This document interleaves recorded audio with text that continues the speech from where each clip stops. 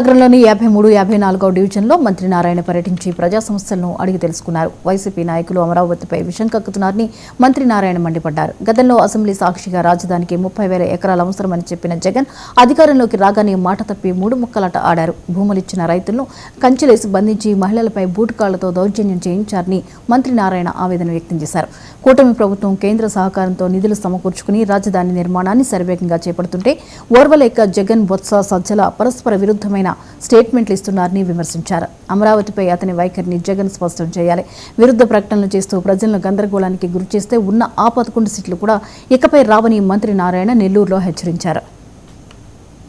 YCP నాయకులు, YCP అధినేత జగన్మోహన్ రెడ్డి గారు ఈరోజు అమరావతిపై అసెంబ్లీ సాక్షిగా ఆ రోజు ప్రతిపక్షంలో ఉన్న జగన్మోహన్ రెడ్డి గారు 30,000 ఎకరాలు కావాలి, గుంటూరు విజయవాడ యొక్క మధ్యలోనే రాజధానిని అసెంబ్లీ సాక్షిగా చెప్పాడు. కానీ ప్రభుత్వం మారంగానే మాట మార్చి మూడు ముక్కలు ఆటాడాడు. 5 సంవత్సరాలు మూడు ముక్కలు ఆటాడాడు.